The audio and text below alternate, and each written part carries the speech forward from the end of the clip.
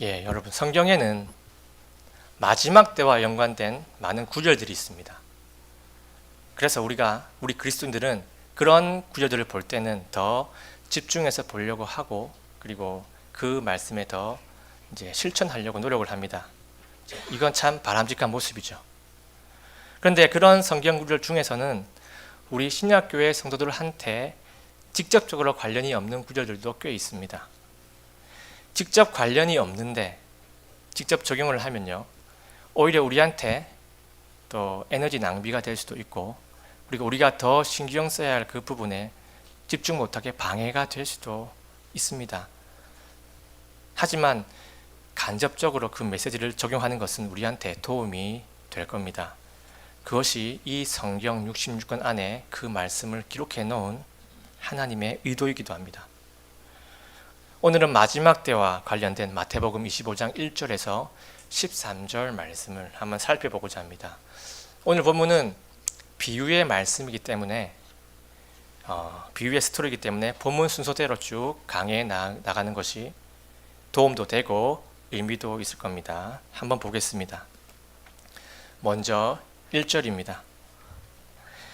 마태복음 25장 1절. 그때 하늘의 왕국은 자기 등잔을 가지고 신랑을 맞으러 나간 10처녀에 비할 수 있으리라 라고 나옵니다. 여기서 제일 처음에 그때에라고 나옵니다. 그때가 언제를 말할까요? 그때는 마지막 때를 말합니다. 자, 그런데 마지막 때인데 그 중에서도 휴고 이전이 아니라 우리가 하늘로 휴고된 그 이후, 이 세상의 7년 환란기 때를 말합니다. 이 구절에서 많은 사람들이 그때를 휴거 이전으로 생각하는 경우가 좀 있습니다. 그래서 적용을 잘못하는 경우가 꽤 있습니다. 마태복음에 나오는 마지막 때는요, 유대인들을 위한 마지막 때고요. 그러니까 그 마지막 때는 7년 환란기와 그 이후의 시기를 말합니다. 자, 그리고 방금 1절 뒷부분에 보면 신랑이 나오고 10처녀가 나옵니다. 자, 여기서 신랑은 다시 오실 예수님을 말하고 있습니다. 그러면 10처녀는 누구를 말할까요? 혹자들은 이 10처녀가 예수님과 혼인할 신부라고 말을 합니다. 그런데 실제로 이 10처녀는 예수님의 신부를 가리키는 것이 아닙니다. 여러분, 한 신랑하고 10처녀하고 결혼하는 것이 이치에 맞을까요? 예수님께서 비유를 하실 때 인기 많은 한 신랑하고 10명의 처녀하고 동시에 결혼하는 그러한 이상한 비유를 하실까요? 뭔가 이상합니다. 이 해석이 아니라는 겁니다. 성경에서는 예수님의 신부를 가리킬 때 복수형이 아니라 항상 단수형을 쓰고 있습니다. 고린도후서 11장 2절 말씀입니다. 내가 하나님께 속한 질투로 너희에 대해 질투하노니 이는 내가 너희를 순결한 한 처녀로 그리스도께 드리기 위해 너희를 한 남편과 정혼시켰기 때문이라. 자, 이 구절에서 너희가 나오죠. 너희는 신약교회 성도들입니다. 신약교회 성도들을 한 처녀로 표현을 한 겁니다. 킹제임스 영어에서는 그 영어에는 a virgin으로 나옵니다. virgin 단수형이죠. 흠정령에서는 한 처녀로 단수형으로 기록하고 있습니다. 신약교회 성도가 바로 한 처녀고 예수님의 신부입니다.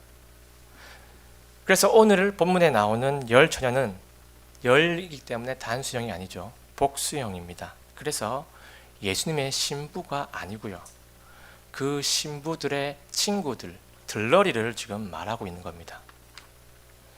신부의 결혼을 축하해 주기 위해서 초대된 친구들입니다.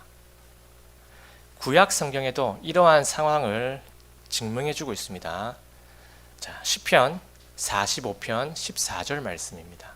시편 45편 14절. 그녀가 수놓은 옷을 입고 왕께로 인도되며 그녀의 뒤를 따르는 그녀의 동료 처녀들이 왕께로 인도되리니. 자, 지금 이 구절은 이스라엘의 결혼 풍습을 보여주고 있습니다.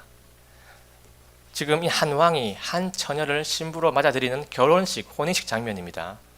그래서 그 신부 동료 친구들도 신랑인 왕께로 지금 인도가 되고 있습니다. 그래서 오늘 본문의 10처녀는요, 신부의 들러리 친구들인데요. 그 유대인들의 결혼 풍습에 맞게 신랑과 신부가 7일 동안 단둘이 한 방에서 하나가 되는 절차를 다 치르고 나서 7일 후에 혼인 잔치하러 오는 신랑 신부를 지금 신부 들러리들이 맞이하고 있는 그런 장면입니다. 이 비유를 마지막 때 실제 상황과 적용을 시켜보겠습니다. 예수님께서 드디어 공중 강림하십니다. 그때 신약교회 성도들, 우리들은요, 몸이 변화돼서 하늘로 휴거되고 예수님과 함께 하늘로 올라갑니다. 거기서 우리는 예수님과 함께 하늘에서, 비유로 치면 한 방에서죠. 비유로 치면 하늘에서 실제 부부가 되는 혼인 절차에 들어갑니다. 7년 동안 연회를 치릅니다. 하늘에서 이렇게 혼인식이 시작될 때 이 땅에서는 무슨 일이 일어나고 있을까요? 이 땅에서는 그 무시무시한 7년 환란이 일어납니다. 이스라엘 민족하고 그리고 믿지 않는 모든 민족이 이 7년 환란기를 맞이하고 겪습니다. 자, 그러면 우리는 하늘에서 7년 동안 예수님과 혼인 절차, 혼인식을 하고 나서 7년 뒤에 신랑이신 예수님하고 우리하고 이 땅에 내려옵니다. 이 땅에 내려오는 것을 예수님의 지상 강림이라고 말합니다. 이 지상 강림 때 이 땅에 남아있는 이스라엘 민족들이 예수님하고 우리를 맞이하는 겁니다. 이것이 오늘 본문의 장면입니다. 2절을 보겠습니다. 2절을 보면 10처녀가 두 부류로 나오죠. 지혜로운 처녀, 어리석은 처녀. 그럼 여기서 지혜로움의 기준이 뭘까요? 그 기준은 등불을 밝힐 기름을 가지고 갔느냐, 안 가지고 갔느냐, 그것이 기준입니다. 처음에는 10처녀 모두 등불에 기름이 있었습니다. 그래서 지혜와 이 어리석음의 기준은 지금 가지고 있는 기름이 아니고요, 다시 불을 켤 때 쓰일 예비 기름이 그 기준입니다. 예비 기름을 가지고 갔느냐, 안 가지고 갔느냐. 그러니까 10처녀가 지금 신랑을 맞이할 준비를 했느냐, 안 했느냐, 그것이 지혜와 어리석음의 기준인 겁니다. 준비가 바로 지혜입니다. 지금 이 들러리인 10처녀는 신랑을 맞이하기 위해서 기다리고 있습니다.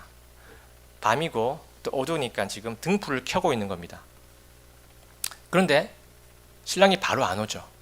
5절에 보면 신랑이 더디 오므로라고 기록되어 있습니다.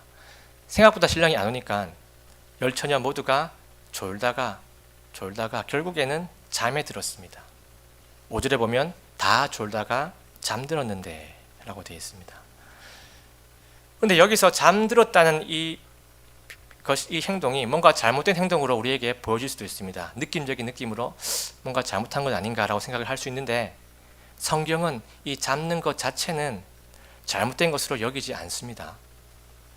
왜냐하면 어리석은 처녀들만 잠든 게 아니고 지혜로운 처녀도 잠이 같이 들었습니다. 신랑에 대한 성의가 부족하고 준비가 부족해서 잠에 들었다는 그런 뉘앙스가 아닙니다. 신랑에 대한 성의와 준비성은요, 지금 예비 기름에 맞춰져 있습니다. 자, 5절까지 살펴봤죠. 자, 이 1절에서 5절까지 이 말씀이 주는 메시지가 있습니다. 10처녀는 계속 기다리고 있습니다. 기다리다가 졸려도 끝까지 참고 기다리다가 잠까지 듭니다. 자, 안 올 것 같으면 오늘 안 오나 보다 하고 포기하면 될 텐데 왜 졸면서까지 끝까지 기다릴까요? 졸면서 기다리는 이유는요, 뭐냐면 신랑이 반드시 오기로 되어 있기 때문입니다. 조금은 늦을 수 있겠지만 오기로 반드시 되어 있기 때문에 기다리고 있습니다. 여러분, 예수님은 반드시 우리한테 오시기로 되어 있습니다. 오늘 본문의 10처녀, 그러니까 이스라엘 민족한테는 7년 환란 후에 지상 강림으로 이 땅에 올리브산에 내려오기로 되어 있습니다. 그리고 우리 신학교의 성도들한테, 우리한테는 오시는 시기가 좀 다르죠. 7년 환란이 일어나기 전에, 예수님 지상 강림하기 약 7년 전에 공중 강림으로 우리한테 오시기로 되어 있습니다. 자, 이제 6절로 가보겠습니다. 열 처녀가 지금 자고 있는데 갑자기 신랑이 오게 됩니다. 본문 6절에 보면 한밤중에 외치는 소리가 나되 보라 신랑이 온도다. 너희는 그를 맞으러 나오라 하니라. 자, 그런데 누가복음에서도 이 상황에 대해 말씀하신 구절이 또 있습니다. 누가복음 12장 36절 말씀 한번 보겠습니다. 너희 자신은 마치 자기 주인이 결혼식에서 돌아올 때 그를 기다리고 있다가 그가 와서 문을 두드리면 그를 위해 즉시 열어주려고 하는 사람들 같이 되라.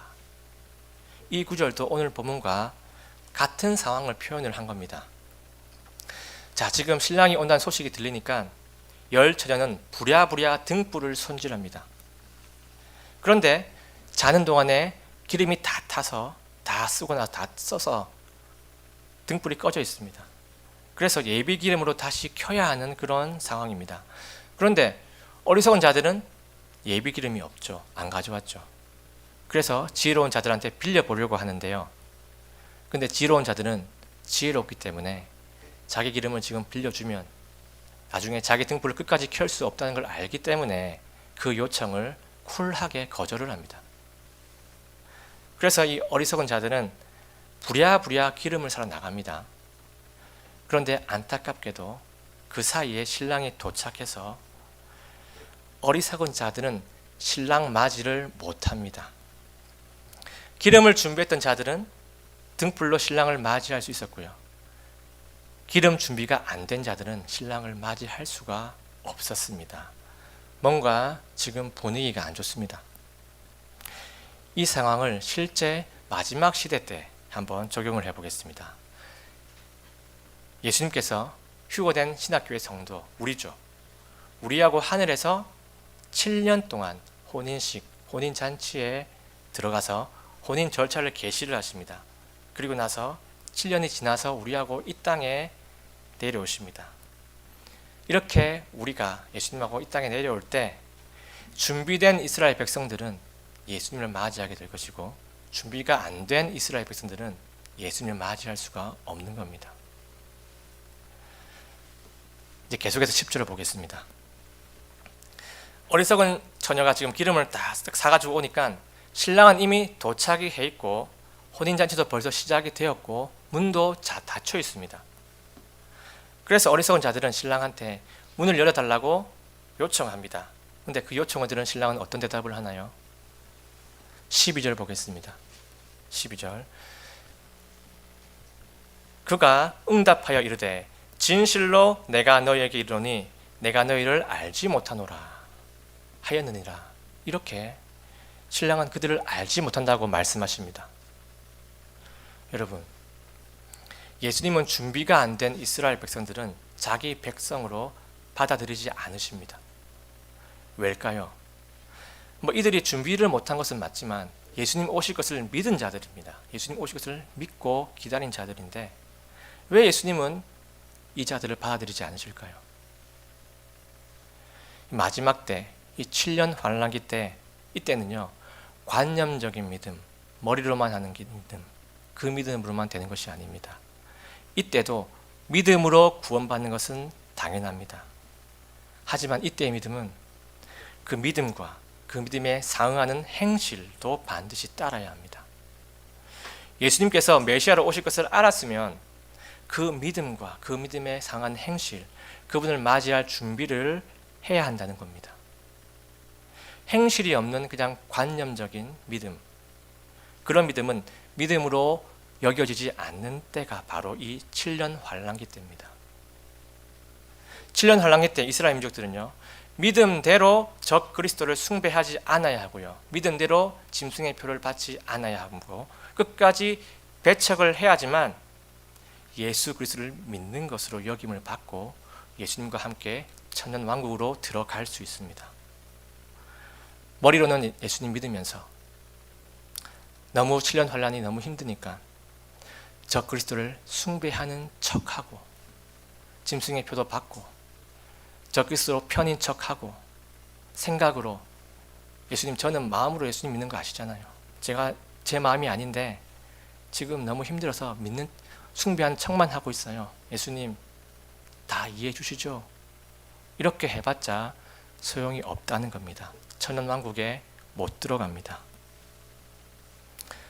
그러면 우리 신약교회 성도들은 어떨까요? 우리는 지금 은혜의 복음 시대에 살고 있습니다.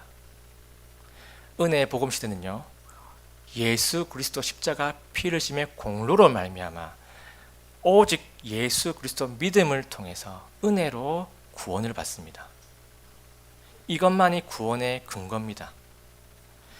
우리는 우리의 행위로 구원받는 것이 결코 아닙니다. 행위는요, 구원 이후에 나오는 거룩한 열매들입니다. 점진적으로 나오는 열매인 것입니다. 성화의 과정이 이 행위로 드러나는 겁니다. 은혜의 복음 시대 때 구원받는 근거는 오직 믿음밖에 없습니다. 이것이 7년 환란기 때 그때 인정받는 믿음과 다소 다른 점입니다. 자, 그러면 이 10절에서 13절 말씀, 이스라엘 민족과 관련된 말씀인데요, 우리한테는 어떤 의미가 있을까요? 이 메시지가 과연 무엇일까요? 이 메시지는 얼마든지 우리 신약교회 성도들한테도 의미가 있습니다. 13절 한번 볼까요? 13절. 그러므로 깨어 있으라.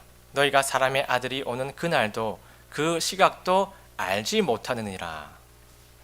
아멘입니다. 깨어 있으라. 깨어 있으라. 이 말이 오늘 본문의 주제입니다.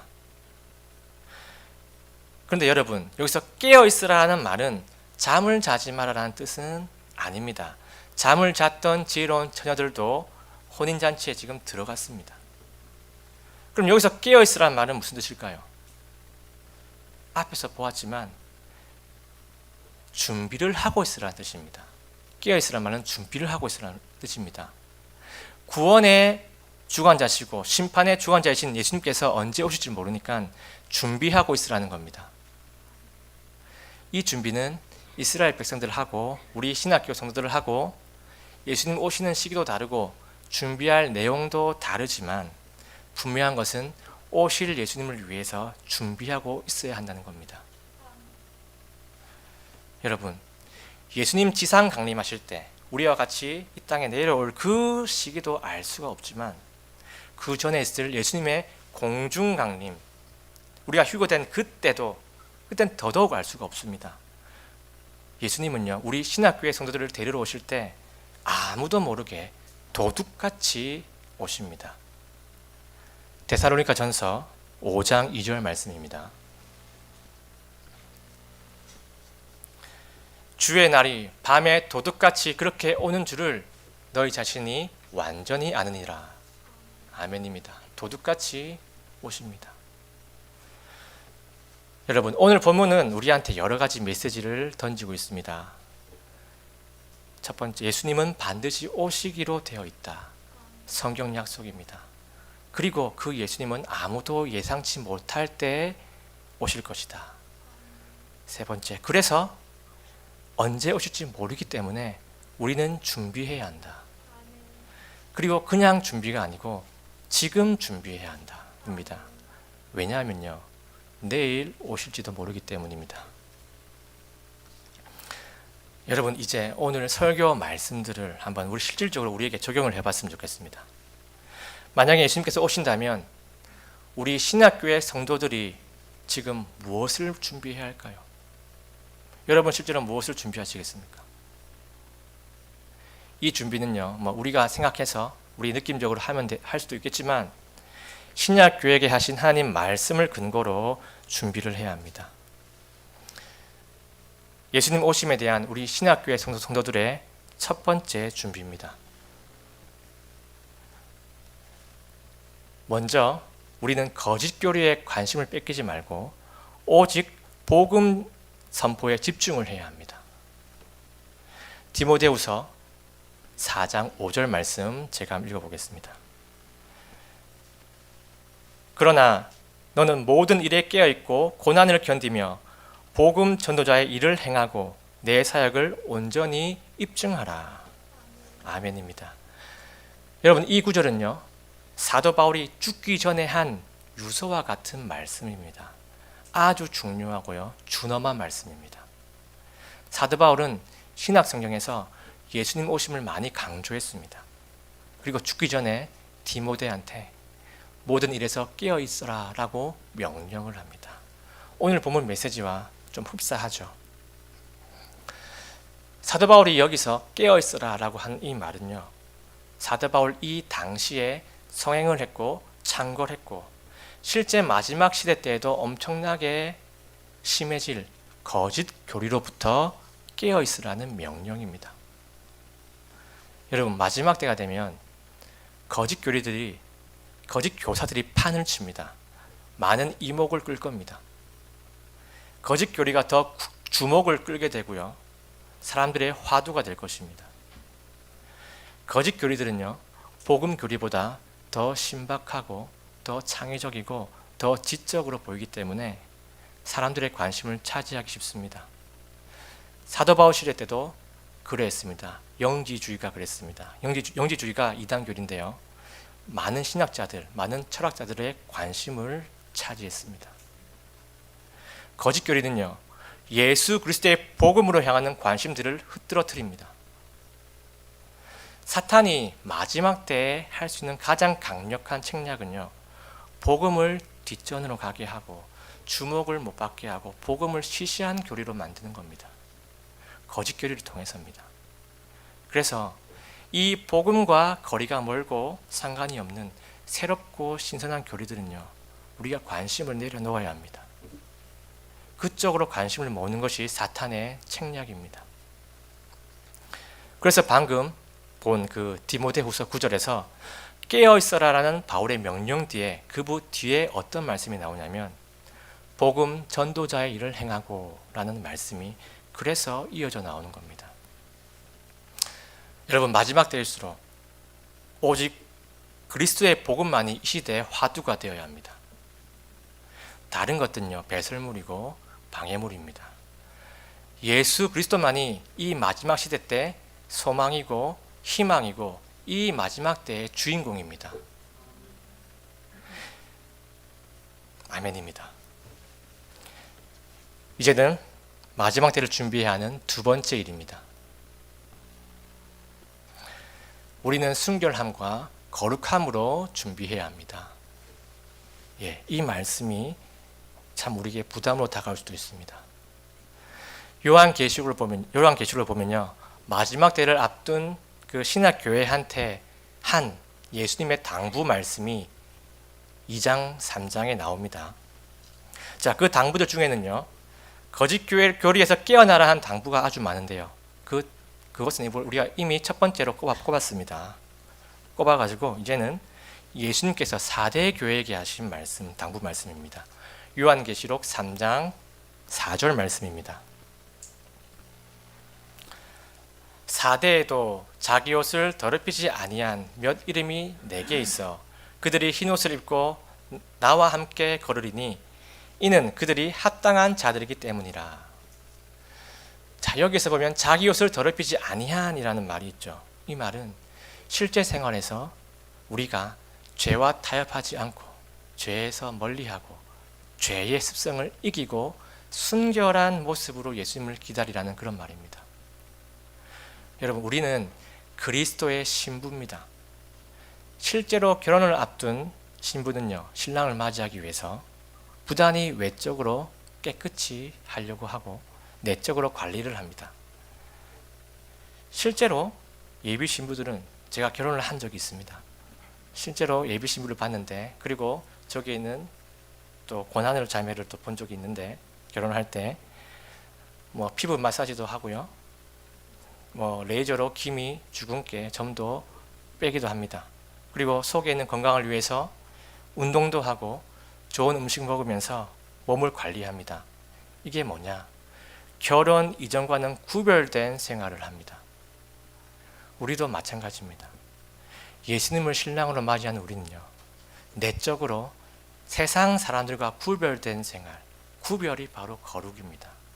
구별된 생활, 특히 죄의 측면에서 세상과 구별된 모습으로 예수님을 기다려야 합니다. 준비해야 합니다. 우리가 아직 끊지 못하는 죄가 있을 겁니다. 그 죄를 한꺼번에 다는 어떻게 못하더라도 하나씩이라도 예수님 앞에 결단하고 내려놓아야 합니다. 진심으로 그 죄를 회개를 하고요. 전적으로 성령님의 도우심을 받아야 합니다. 성령으로 충만하여서 그 죄를 하나씩 이겨내야 합니다. 이것이 신랑 예수님에 대한 존중감의 표현이고요. 신부로서 해야 할 마땅한 도리입니다. 자, 이제 세 번째 준비입니다. 우리는 예수님 오실 때까지 미지근해진 신앙을 회개하고 다시 뜨거운 신앙으로 준비를 해야 합니다. 요한계시록 3장 19절 말씀입니다.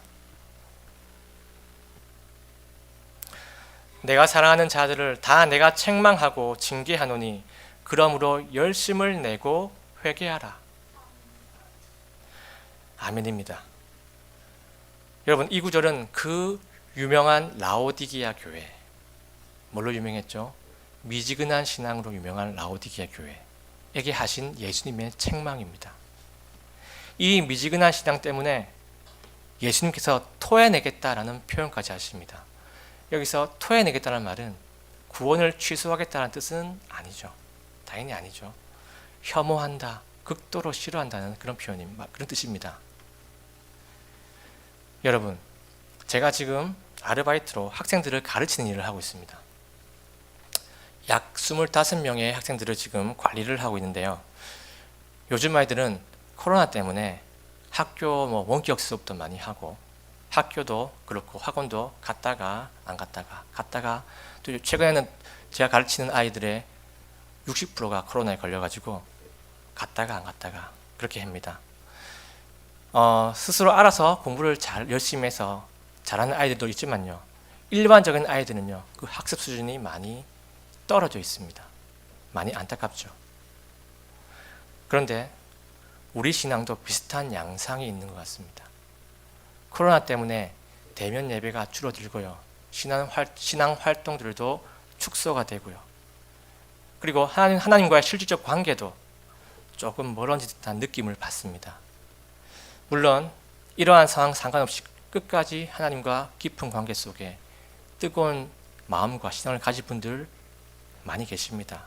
하지만 전반적으로는요, 우리는 미지근해졌을지도 모릅니다. 만약 내가 내 스스로를 한번 살펴봤을 때 하나님과의 관계가 조금 멀어지고 그 친밀감이 조금 멀어진 것 같고, 특히 하나님에 대한 두려워하는 마음이 줄어들었고, 하나님을 존중하는 마음이 줄어들었고, 하나님을 사랑하는 마음이 조금 미지근해졌다면 우리는 예수님 오시기 전에 진심으로 회개를 하고 그 마음을 다시 뜨겁게 돌이킬 필요가 있습니다. 다른 것들이 더 중요한 것이 아닙니다. 예수님은 지금 이러한 것들을 우리한테 말씀하고 계십니다. 요한계시록을 통해서 직접적으로 말씀하고 계십니다. 이제 마지막 준비입니다. 마지막 준비는요, 우리가 정말로 그리스도의 신부인지 아닌지 스스로 살펴보아야 합니다. 지금 당장 예수님이 공중 강림하신다면 나는 과연 휴거되어 올라갈 수 있을까? 예수님의 신부로서 혼인잔치의 대상이 되어 있을까? 내가 정말로 예수님을 나의 구원자로 믿고 있는가? 혹시 머리로만 알고 있는 것이 아닌가? 내가 나의 인격으로 예수님을 나의 구원자로 받아들였는가? 예수님만이 내 죄를 제거하신 그리스도로 믿는가? 진지하게 나 자신을 들여다봤으면 좋겠습니다. 혹시라도, 만약에라도 그렇지 않다라고 판단이 된다면, 혹시라도 머리로만 알고 있다라고 판단된다면 오늘 이 순간 지금 예수님을 나의 구원자로, 나의 구세주로 영접하시기를 원합니다. 예수님을 인격적으로 받아들이시기를 원합니다. 여기서 인격적이라 함은요, 인격이라 함은 지정의를 얘기합니다. 지, 나의 머리와 정, 복음에 대한 나의 긍정적인 마음과 의, 나의 결심으로, 나의 의지로 예수님을 나의 구원자로 받아들이는 겁니다. 여기는 분명히 의지가 포함이 되어 있습니다. 우리가 자유의지로 받아들이면 됩니다. 그 누구든지 자기 의지로 결단을 해서 예수님을 나의 구원자로 받아들일 수가 있습니다. 그러면 그 누구든지 우리는 예수님을 받아들임으로써 영광스러운 예수님의 신부가 될 수 있습니다. 모두가 할 수 있는 일입니다. 사도행전 16장 30절 말씀입니다. 30절, 31절 말씀입니다. 그들을 데리고 나와 이르되 선생들이여 내가 무엇을 해야 구원을 받으리까 하므로 그들이 이르되 주 예수 그리스도를 믿으라. 그러면 내가 구원을 받고 내 집이 구원을 받으리라 하며. 아멘입니다. 여러분, 이렇게 나의 문제가 다 해결이 되었다면 이제는 우리 곁을 살펴봐야 합니다. 예수님이 당장 내일 오신다면 가장 연로되는 사람이 누굽니까? 저는 제 처가 식구들입니다. 내일 당장 예수님이 오셔서 처가 식구들이 이 땅에 남게 된다면 무시무시한 7년 환란을 겪게 될 것입니다. 이 기간 때는 예수님 믿기가 훨씬 어려워집니다. 이때는 예수님을 믿고 그 믿음을 지키려면 적 그리스도에게 엄청난 핍박을 받고 목숨까지 위태롭습니다. 그리고 실제 죽기까지 합니다. 이 상황에서 예수님을 믿고 끝까지 따를 수 있을까요? 엄청나게 힘들 겁니다. 여러분은 혹시 염려되는 분들 없습니까? 힘들겠지만 지금까지 계속 복음을 전해왔지만 안 통해왔지만 그것 때문에 상처도 받아왔겠지만 그분들을 포기하지 않기를 응원합니다. 이미 많이 전해왔고 지금도 전하고 있고 지금도 별 반응이 없지만 그래도 포기하지 않기를 응원합니다. 우리가 불신자 가족들, 불신자 친지들한테 할 수 있는 것은 두 가지밖에 없습니다. 상처를 받지만 무릅쓰고 그 상처는 예수님께 위로받아가면서 또 한 번 반복해서 예수님을 선포하는 것 한 가지 하고요. 이들을 위해서 끝까지 기도하는 것, 이 두 가지밖에 없습니다. 이 두 가지 밖이라고 이야기를 하지만요. 이 두 가지, 복음과 기도, 이 복음과 기도는요, 지금 사탄이 가장 두려워하고 가장 고통스러워하는 유일한 무기입니다. 불신자 가족들은요, 별 반응이 없어 보입니다. 겉으로 그래 보입니다. 하지만 그 배후에 있는 사탄은요, 이 복음 선포와 기도 때문에 벌벌 떨면서 아주 힘들어하고 있을 겁니다. 아무 일이 안 일어나는 것이 아닙니다. 우리가 안 보일 뿐입니다. 그러한 사탄의 모습을 생각하면서 실제로 영적 싸움이 일어나고 있다는 것을 우리가 생각하면서 우리가 좀 더 동기력을 얻고 힘을 얻었으면 좋겠습니다. 여러분, 오늘 말씀 선포 제목은요, 우리도 준비하고 있어야 한다, 이겁니다. 우리도 준비하고 있어야 한다. 오늘 본문 말씀처럼 이스라엘 백성들도 깨어 있어야 하겠지만 우리 신약교회 성도들도 깨어 있어야 합니다. 우리는요, 오직 복음 선포에 집중을 해야 하고요. 구별된 삶을 위해서 끝까지 성령님 붙들고 죄를 하나씩 이겨나가야 하고요. 그리고 하나님을 두려워하는 마음, 하나님을 사랑하는 마음, 그 첫사랑의 뜨거운 마음과 신앙심을 다시 회복해야 합니다. 이것이 바로 지금 이 시대 때 예수님께서 직접 말씀하고 계시고 가장 원하시는 우리의 준비입니다. 마지막으로 성경 한 구절 읽고 마치겠습니다. 요한계시록 22장 20절 말씀입니다. 요한계시록 22장 20절 말씀 다 같이 한번 읽어보겠습니다. 시작. 이것들을 증언하시는 분께서 이르시되 내가 반드시 속히 가리라 하시는도다. 아멘. 주 예수님이여 과연 그와 같이 오시옵소서. 아멘입니다.